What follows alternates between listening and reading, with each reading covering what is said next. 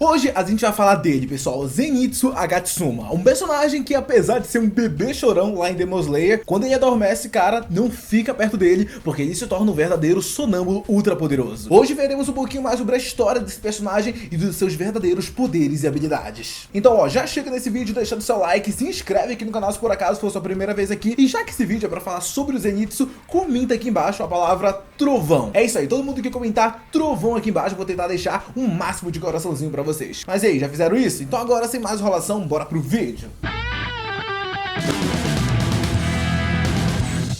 Ó, a gente já pode começar esse vídeo falando que a história do Zenitsu, ela é bem diferente das outras histórias, pessoal. Afinal, no passado, devido ao personagem ser muito mulherengo, o Zenitsu acabou sendo enganado por uma mulher e acabou ficando cheio de dívidas, e tendo que trabalhar feito um condenado para pagar não só a conta dele, mas também a conta da mulher com quem ele estava ficando na época. Pois é, pessoal, a situação do Zenitsu nessa época estava muito difícil, indo de mal a pior. Tanto é que ele até precisou fugir, e ele só conseguiu fazer isso graças ao velho que de hoje em diante ele teria que chamar de Shihan, ou seja, né, o professor, o mestre dele. No final, o Zenitsu até acabou sendo salvo das contas, porém ele acabou sendo obrigado a passar por um rigoroso treinamento para ser o sucessor do seu mestre, que há um tempão atrás era um Hashira da Demon Slayer Corps. Não aguentando o intensivo treinamento, Zenitsu fugia constantemente e tentava se esconder, mas ele sempre era achado pelo seu mestre, que não desacreditava do seu potencial. Jigoro Kuwajima, o mestre do Zenitsu, esperava que um dos seus dois discípulos, o Kaigaku, que por sinal é um baita de um traíra, né? Mas, enfim, não vamos falar dele nesse vídeo. O mestre queria que ele ou o Zenitsu conseguisse alcançar o cargo de pilar. Diferente do seu companheiro de treinamento, o Zenitsu só aprendeu um dos 6 estilos da respiração do trovão. E a forma que ele aprendeu, pessoal, foi a primeira forma da respiração do trovão, que é sim uma forma bem básica, entretanto, uma forma muito importante. E já já vocês vão entender o porquê ela é tão importante. Ela é, tipo, fundamental. Já o outro discípulo do Shigoro, o Kaigaku, aprendeu todas as outras respirações do trovão, exceto a primeira forma. O Kaigaku nunca se deu muito bem com o Zenitsu e sempre tratava o animal, não aceitando ele como discípulo e odiando o rapaz. E a gente até pode dizer, pessoal, que a interação entre o Kaigaku e o Zenitsu, bom, ela não era tão boa assim. Tanto é que em vários momentos a gente via ele desmerecendo o Zenitsu, falando que ele não era capaz, que ele não devia ser o discípulo do mestre. Pois é, a gente vê em vários momentos que ele tava realmente, cara, odiando o Zenitsu. Tanto é que teve até um dia que o Zenitsu acabou fugindo do treinamento e se escondeu no topo de uma árvore, desistindo daquela vida difícil de espadachim, cheio de pessimismo e argumentando que ele não tinha talento para aquilo. E enquanto ele tava em cima daquela árvore, tava lá o mestre do Zenitsu, cara, tentando motivar ele, falando para ele descer, que se ele treinasse muito, ele ia alcançar os objetivos dele e ia conseguir melhorar muito mais. Só que o Zenitsu não queria nem saber e ficou lá reclamando e chorando. E foi nesse momento, pessoal, em que o Zenitsu tava no topo da árvore chorando, que de repente, tipo assim,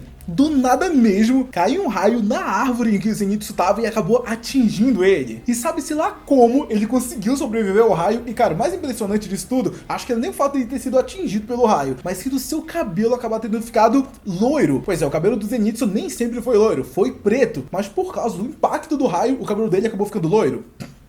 Sabe-se lá como, nem sei se isso é possível. Depois desse acidente, o Zenitsu continuou convivendo com seu mestre, com o Kaigaku, treinando até o momento em que ele teve que ir para a seleção final para finalmente se tornar parte da Demon Slayer Corps. E bom, até hoje a gente não sabe muito bem como é que ele conseguiu passar da seleção final. Porém, a gente consegue imaginar que, cara, sempre que aparecia um Oni naquela floresta, ele berrava, surtava, desmaiava, e aí, coitadinho do Oni que trombasse com ele. A primeira vez que a gente viu o Zenitsu foi na seleção final, como eu tava dizendo pra vocês. Só que o personagem só teve mais destaque ainda no arco da Casa do Tambor. Tanto é que foi lá que ele acabou conhecendo o que seriam seus companheiros de equipe, Tanjiro, Inosuke e o seu grande amor da vida, né, a Nezuko. E não é só isso, foi nesse arco que o Zenitsu apresentou as suas primeiras demonstrações de poder com a respiração do trovão. Só que antes da gente falar disso, pessoal, vamos voltar um pouquinho no tempo, mas no momento em que o Zenitsu conheceu seus companheiros de equipe. Afinal, tudo começou quando o Tanjiro encontrou o Zenitsu na estrada enquanto ele estava importunando a vida de uma garota com os papinhos de casamento dele. E depois desse primeiro contato e depois do Tanjiro ter dado uma baita de uma bronca no Zenitsu por ele estar importunando a vida da garota, os dois acabaram sendo chamados por uma missão emergencial e os dois acabaram indo até a Casa do Tambor. Chegando no local, os dois acabaram entrando na casa e encontraram alguns demônios, entre ele o demônio do tambor, que era o ex-lua inferior 6. Graças a esse Oni, o Zenitsu acabou se separando do Tanjiro, e aí vocês já viram o que deu, né? O cara entrou em desespero total. E enquanto ele estava separado do Tanjiro, o Zenitsu acabou encontrando o Inosuke, que estava com aquela cabeça de javali dele, ele, e aí vocês já viram no que deu, né? Ele confundiu ele com o demônio e, cara, saiu correndo. Após correr de medo junto com um garoto que ele tava protegendo, vamos dizer assim, o Zenitsu acabou encontrando um Oni, dessa vez um Oni de verdade, e entrou em desespero total e começou a surtar de medo. O Zenitsu ficou com tanto medo que ele até mesmo desmaiou. E eu tenho quase que certeza que a sua reação foi igualzinha a minha quando eu tava vendo isso pela primeira vez. Vendo, falando, mano, meu Deus, ele desmaiou.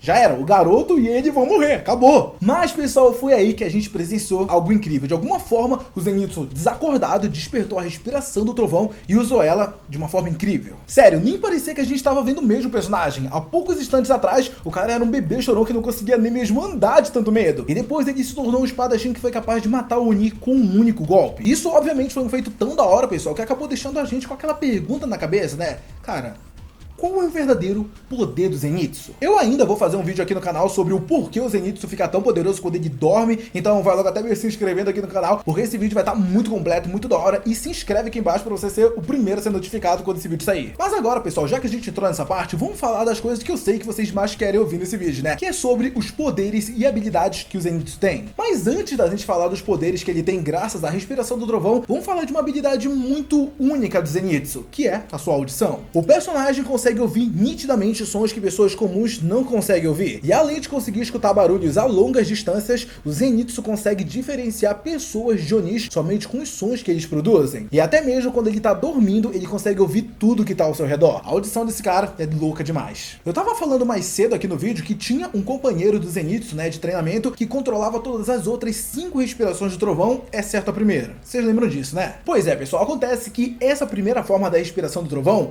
ela é essencial.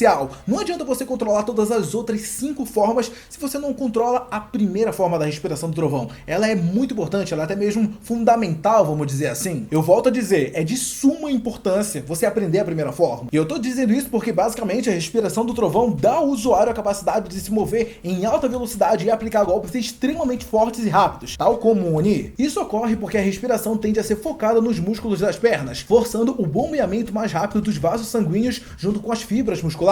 E apesar de que no anime a gente vê o Zenitsu sendo ridicularizado por dominar apenas a primeira forma da respiração do trovão, dominar apenas uma única forma, eu posso dizer aqui pra vocês que o Zenitsu foi muito mais além e até mesmo criou uma nova forma da respiração do trovão. Se liga só na lista de poderes e habilidades que o Zenitsu tem. Respiração foco total. Uma aplicação avançada da técnica onde o Tanjiro inspira o máximo possível de oxigênio de uma única vez para maximizar o seu poder de ataque e velocidade. Inicialmente o Zenitsu era capaz de manter essa técnica apenas por alguns segundos. Entretanto, após o seu treinamento da mansão Butterfly, ele dominou a técnica chamada respiração foco total constante, se tornando capaz de mantê-la a todo tempo, mesmo dormindo, o que acabou aumentando muito seu vigor, poder de ataque e também velocidade. Primeira forma, lampejo do trovão. Ishinokata Hikeriki Isen. A primeira forma da respiração do trovão também possui algumas variações, com a sua versão normal sendo executada pelo espadachim ao avançar rapidamente contra o seu adversário e o cortar com um único golpe. 6 dobras, Rokuren. Aprimorada pelo Zenitsu, essa versão executa a primeira forma 6 vezes seguidas. 8 dobras, Hachiren. Uma versão ainda mais aprimorada da técnica que faz com que ele avance 8 vezes usando apenas uma vez só essa técnica. Essa técnica foi usada pela primeira vez pelo Zenitsu contra o demônio Daki. Velocidade divina Shinzoku. O Zenitsu pode utilizar essa técnica para aumentar massivamente a velocidade da sua primeira forma. Aí, diga-se de passagem, ele só pode utilizar essa técnica 2 vezes por dia, porque depois que ele fizer isso, cara, já era. As pernas dele não conseguem mais se mover. 7ª forma, Deus do Trovão Flamejante, Sichinokata Honoikazuki no Kami. Desenvolvida pelo próprio Zenitsu, a gente tem a 7ª forma da respiração do trovão, a forma mais poderosa de todas. Essa respiração invoca a imagem de um dragão de raios que corta o adversário em um único golpe, impossível de ser desviado. Pois é, essas são as técnicas que o Zenitsu domina, pessoal. Realmente o cara é extremamente poderoso, tanto é que ele criou a 7ª respiração do trovão, ou seja, o cara é cabuloso demais. Mas diz aí, você curtiu saber um pouquinho mais sobre a história do Zenitsu e dos poderes que ele tem? Pô, então deixa o seu like nesse vídeo e se inscreve aqui no canal para receber mais vídeos como esse. Muito obrigado de coração a você que assistiu esse vídeo até aqui. Um beijo, um abraço e até a próxima. Tchau!